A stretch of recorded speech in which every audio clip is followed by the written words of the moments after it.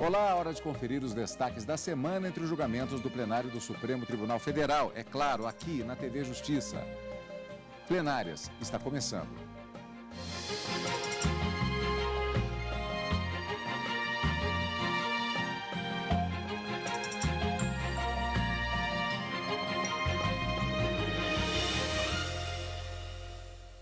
Hoje com os destaques das sessões dos dias 9 e 10 de março de 2016. Karina, nós temos destaque na quinta-feira, que foi o caso, um julgamento até rápido da execução penal, na verdade uma questão de ordem, uma execução penal, que resultou na decisão do indulto em relação ao ex-presidente da Câmara dos Deputados, ex-deputado João Paulo Cunha. Mas isso foi na quinta-feira. Na quarta-feira, talvez o que seja o maior destaque da semana, que é exatamente aquela questão de considerar ou não, houve julgamento, inconstitucional a atuação de membros do Ministério Público em cargos da administração pública. Eu insisto, talvez seja o grande destaque da semana.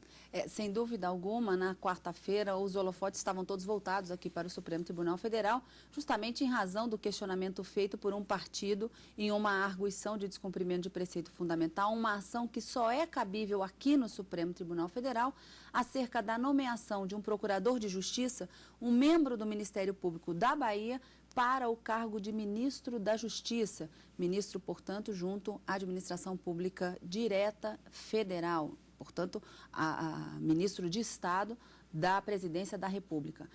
O argumento principal é de que haveria uma violação de um princípio, de um preceito fundamental, que seria o princípio da separação dos poderes, e em decorrência desse princípio, o princípio da independência também da instituição Ministério Público. E nesse sentido, o argumento trazido, esse principal argumento trazido pelo partido, foi acatado pelos ministros do Supremo Tribunal Federal e acabaram julgando, portanto, essa nomeação inconstitucional, violadora de um preceito da Constituição, portanto, não havendo a possibilidade de cumular funções, ou é membro do Ministério Público ou assume um cargo junto à administração pública direta, aqui no caso, um cargo político, de natureza política, como foi dito, inclusive, durante a sessão plenária da quarta-feira.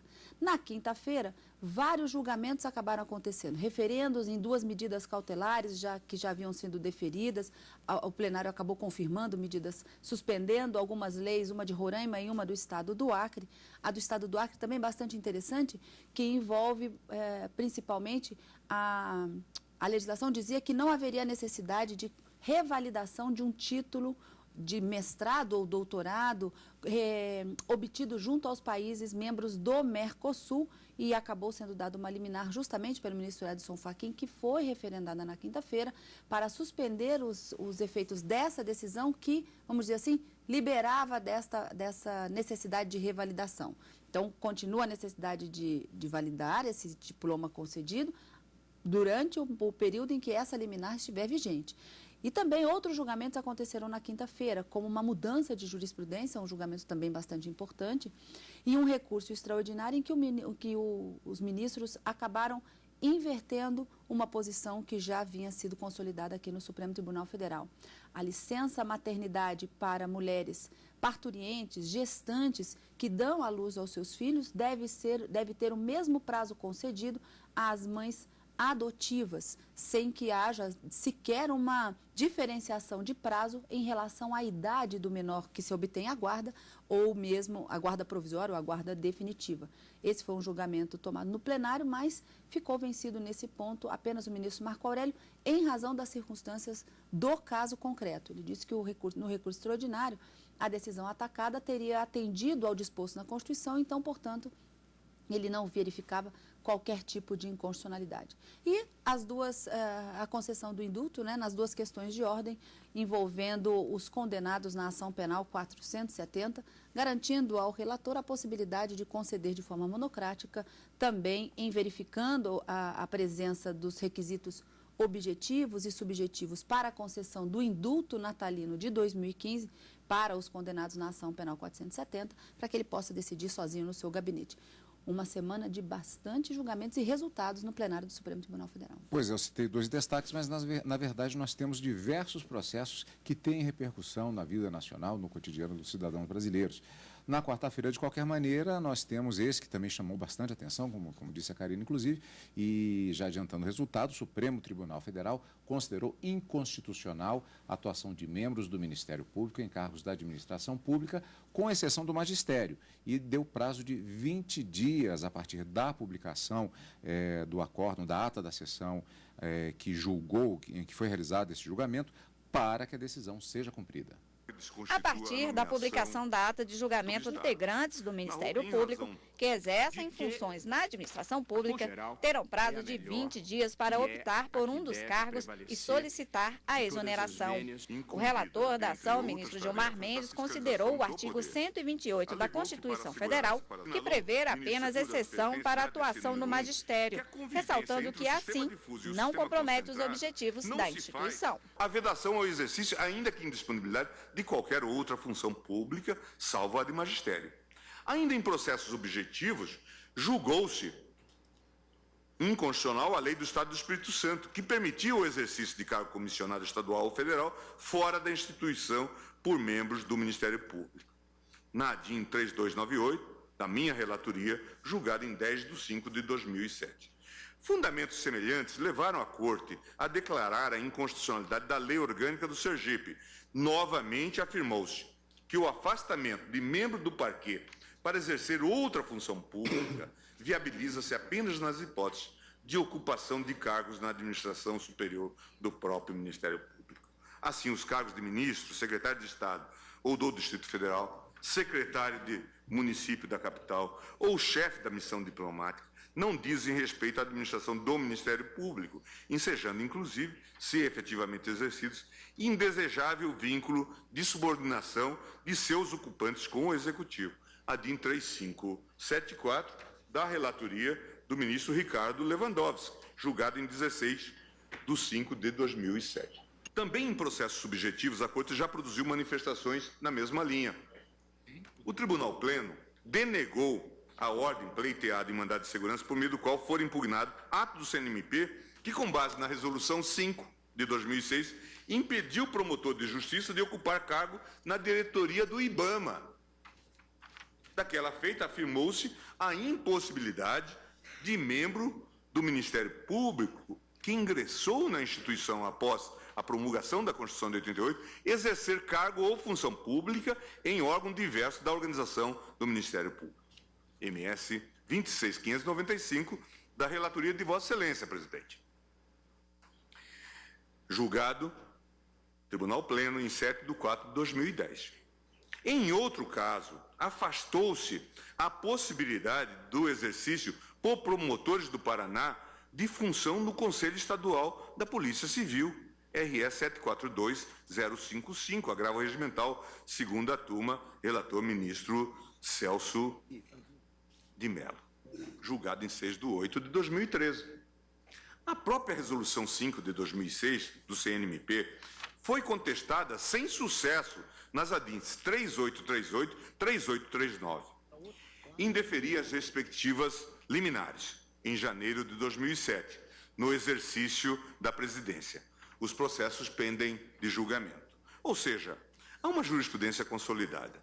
7 ministros da composição atual já votaram acompanhando o entendimento contrário ao afastamento para o exercício de cargos. Celso de Mello, Marco Aurélio, Gilmar Mendes, Ricardo Lewandowski, Carmen Lúcia e Dias Toffoli. Defiro a medida liminar para estabelecer a interpretação de que membros do Ministério Público não podem ocupar cargos públicos fora do âmbito da instituição, salvo o cargo de professor e funções de magistério, e, em consequência, suspender a eficácia da Resolução 72 de 2011 do CNMP. Determinar a imediata exoneração dos atuais ocupantes de cargos em desconformidade com a interpretação fixada logo após a publicação da ata deste julgamento. É como voto, presidente. O Partido Popular Socialista havia pedido a suspensão da nomeação do ministro da Justiça, Wellington César Lima e Silva, que tomou posse no último dia 3. Ele é membro do Ministério Público da Bahia. O PPS alegou que é inconstitucional o entendimento do Conselho Nacional de Ministério Público de que um integrante do Ministério Público pode pedir licença para exercer cargo no Poder Executivo. O ministro Marco Aurélio entendeu que o pedido apresentado pelo PPS é incabível cabível e uma questão institucional. Ele votou no sentido de não conhecer a arguição de descumprimento de preceito fundamental, mas ficou vencido. Para ele, também foi contra a liminar e disse que não deveria haver extensão do pedido, atingindo integrantes do Ministério Público que estão nas mesmas condições nos estados. O plenário converteu a análise da medida liminar em julgamento de mérito, de forma a pacificar em definitivo o assunto. Eu, aqui, presidente, acompanho às inteiras o brilhante voto do ministro Gilmar Mendes, com a convolução deste julgamento em julgamento definitivo, e também acolho a fixação do prazo de 20 dias, contados, portanto, da data da publicação da ata do julgamento, para fins de cumprimento pleno e integral do que aqui fixado, como sendo os comportamentos compatíveis com a Constituição na interpretação dos princípios e regras a prevalecerem sobre os membros do Ministério Público. O presidente do STF, Ricardo Lewandowski, esclareceu que a decisão não foi para anular a nomeação do atual ministro da Justiça, mas define uma tese de impedimento de um membro do Ministério Público assumir cargo no Executivo. Nossa decisão, que já se mostra majoritária, inclusive com a adesão do meu voto, não implica em nenhuma censura à senhora Presidente da República e nem cerceia o poder que lhe é dado pela Constituição no artigo 84, inciso 1º, de nomear e demitir livremente os ministros de Estado. Portanto, não há nenhuma interferência com o ato de nomeação do Dr. Wellington César Lima e Silva para o elevado cargo de ministro da Justiça.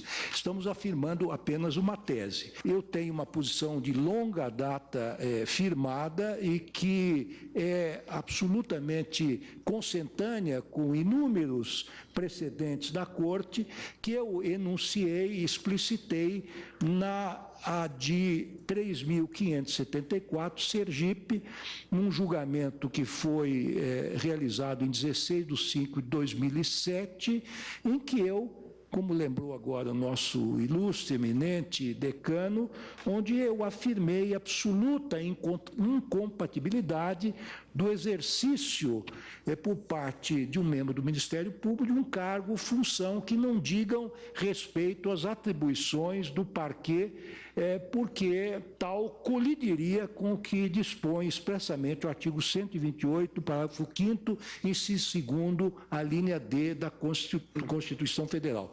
Portanto, acompanho integralmente o voto de Sua Excelência, o relator, ministro Gilmar Mendes. Karina, aqui é uma questão interessante, nós até falamos sobre isso no direto do plenário, porque houve uma interpretação, aliás, esse esclarecimento que o ministro Ricardo Lewandowski fez durante a sessão, ele teve acesso justamente a notícias que estavam circulando naquele exato momento e que diziam que o ministro da Justiça estava tendo a nomeação anulada, e que, aliás, na verdade, já estavam escolhendo até o eventual sucessor. Na verdade, houve essa modulação de 20 dias que faz com que haja necessidade dessa tomada de decisão, tanto ele quanto os secretários de Estado, que também são membros do Ministério Público. Então, este dilema, eles têm 20 dias, como já foi dito a partir da publicação da ata, para resolver. Quer dizer, houve uma certa confusão um pouco em relação a esse ponto específico dessa decisão. O Supremo fixou a tese de que não pode haver esse acúmulo de funções. Ou é do Executivo, da pasta do Executivo, ou é membro do Ministério Público. Tem que fazer uma opção em que lado vai estar, porque os dois concomitantemente não dá, em razão da violação do princípio da independência do Ministério Público e do princípio da separação dos poderes. Mas, na modulação dos efeitos, os ministros acabaram decidindo, então, dando um prazo, vamos dizer assim, para os chefes do Poder Executivo, governadores e presidente da República, neste lapso temporal de transição, adotarem uma postura, ou o ministro da Justiça se mantém neste cargo político e pede a exoneração como membro do Ministério Público do Estado da Bahia, ou opta pela instituição do Ministério Público. E nessa fase de transição, portanto, pode haver a nomeação de um novo ministro da Justiça, como pode permanecer esse mesmo, mas dentro dessas circunstâncias decididas pelo Supremo. Não pode haver o acúmulo, ou ele vai ser ministro da Justiça, ou ele continua membro do Ministério Público. As duas concomitantes não podem. A própria Constituição estabelece que o membro do Ministério Público ele só pode exercer uma outra função que é a de magistério. Ele pode ser professor universitário. Fora isso, ele não poderia exercer qualquer outra atividade. Então, os ministros, juntando essa interpretação, junto com o preceito fundamental, que é a separação dos poderes e a independência da instituição, eles entenderam que o acúmulo das funções seria incompatível com o texto da Constituição Federal de 88 e acabou dando essa decisão com este prazo de 20 dias de transição para que as coisas se acertem conforme a Constituição e conforme decidido no Supremo. Sessão plenária da quarta-feira, e você vai ver no próximo bloco. Licença maternidade foi um dos temas da sessão plenária da quinta-feira e que você vai ver no próximo bloco do Plenárias.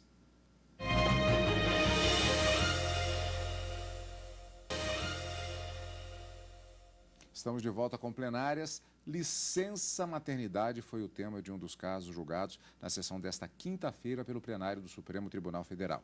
A maioria dos ministros entendeu que não deve haver diferença no prazo e nas prorrogações dos períodos de afastamento quando se trata de mãe adotiva, independentemente da idade da criança adotada.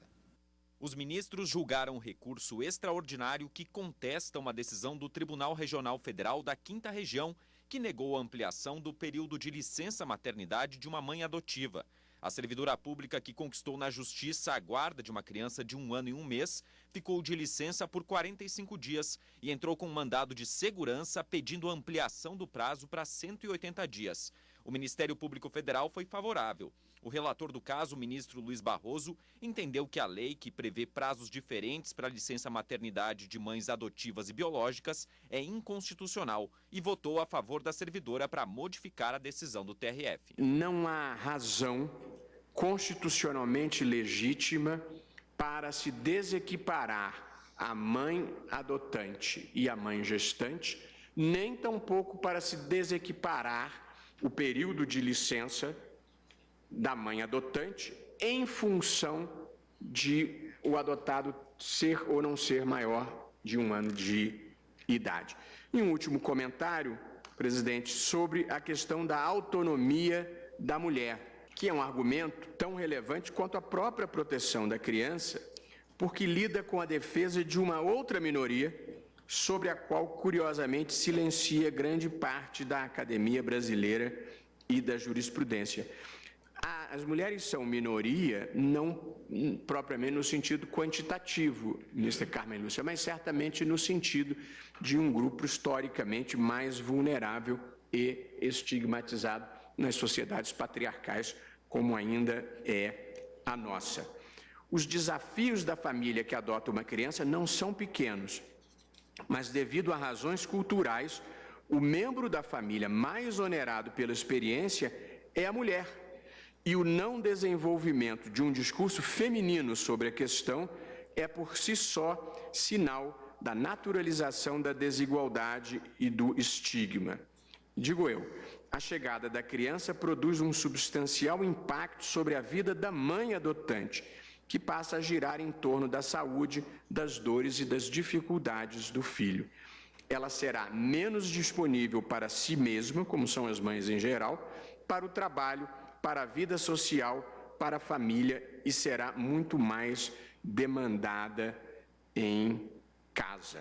O ministro Marco Aurélio foi o único a divergir. Ele considerou que o TRF julgou o caso de acordo com as premissas da Constituição e jurisprudência do próprio Supremo. O que eu não posso, presidente, é diante de uma normatividade que, considerando fatores distintos, não igualizo, né? A adotante e a gestante. Não posso, diante dessa opção normativa, a menos que caminhe para atuar como se fosse legislador, assentar que a Corte de Origem transgrediu frontalmente quando, como exige a jurisprudência suprema para acolher o extraordinário, a Carta da República.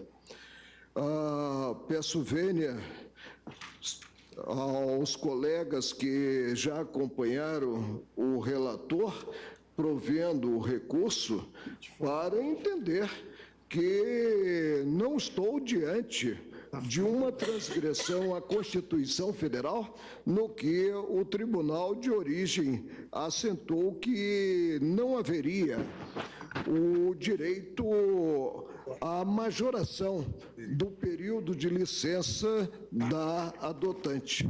O presidente da Suprema Corte, ministro Ricardo Lewandowski, ressaltou o princípio da isonomia e o princípio da solidariedade previstos na Constituição para dar os mesmos prazos de licença à mãe biológica e à mãe adotiva.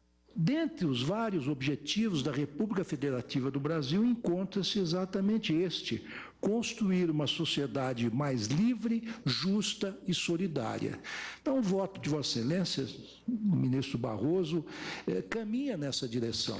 Caminha no sentido de uma construção de uma sociedade mais solidária, na medida em que incentiva a adoção, que é um instituto muito importante para permitir cada vez mais a coesão entre os brasileiros. Por maioria de votos, os ministros do STF decidiram que os prazos e prorrogações da licença maternidade não podem ser diferentes para mães adotivas. Não podem também ser baseados na idade da criança adotada. Ainda na sessão desta quinta-feira, os ministros avaliaram o pedido de extinção da punição aplicada ao ex-deputado João Paulo Cunha na Ação Penal 470.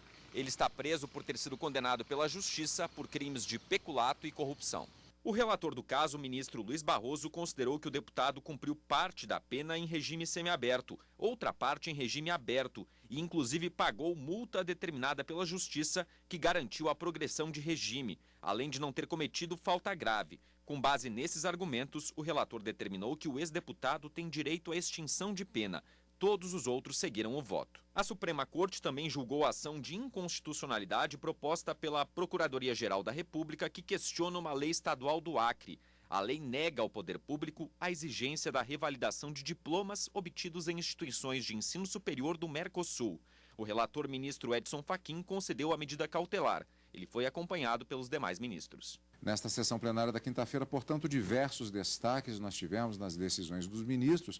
Karina, e vamos voltar àquela questão que, como eu disse, foi discutida logo no início da sessão, julgamento rápido. Eu te perguntaria pelo fato de que foi uma questão de ordem, que foi chamada numa execução penal. Havia a previsão de duas, uma em relação a João Paulo Cunha e a outra em relação a Delúbio Soares. No plenário, especificamente, só houve o julgamento de uma questão de ordem, mas a partir dessa decisão houve um elemento autorizativo, digamos assim, para que o ministro possa decidir monocraticamente também em relação a outra e outras execuções penais que venham e que atendam aqueles pré-requisitos e que, porventura, sejam de relatoria de alguns ministros do Supremo? Veja, Cadu, aqui a gente tem que entender o que é o indulto. O indulto é uma das formas de extinção da punibilidade, ou seja, você foi condenado pela Justiça, mas houve a concessão de um indulto pelo presidente da República. Isso vem por meio de um decreto, e é exatamente sobre o decreto de dezembro de 2015 que vem esse pedido para o relator, na verdade, o juiz da execução penal de João Paulo Cunha, de Delúbio Soares e de todos aqueles condenados na ação penal 470. Este indulto, então, ele extingue a punibilidade dessas pessoas e aí eles deixam de cumprir essa pena. Por quê? Porque cumpriram os requisitos previstos neste indulto. Quem é que analisa se esses requisitos subjetivos e objetivos foram cumpridos? O juiz da execução da pena aqui no Supremo, ministro Luiz Roberto Barroso. Deveria ter sido trazido isso ao plenário? Não, mas o ministro preferiu trazer porque essa circunstância da concessão ou não do indulto, do encaixe dos requisitos de determinados condenados na ação penal 470, aqueles requisitos previstos no indulto de 2015, são circunstâncias comuns de vários dos condenados. Então, vai acarretar a extinção da punibilidade de diversas pessoas.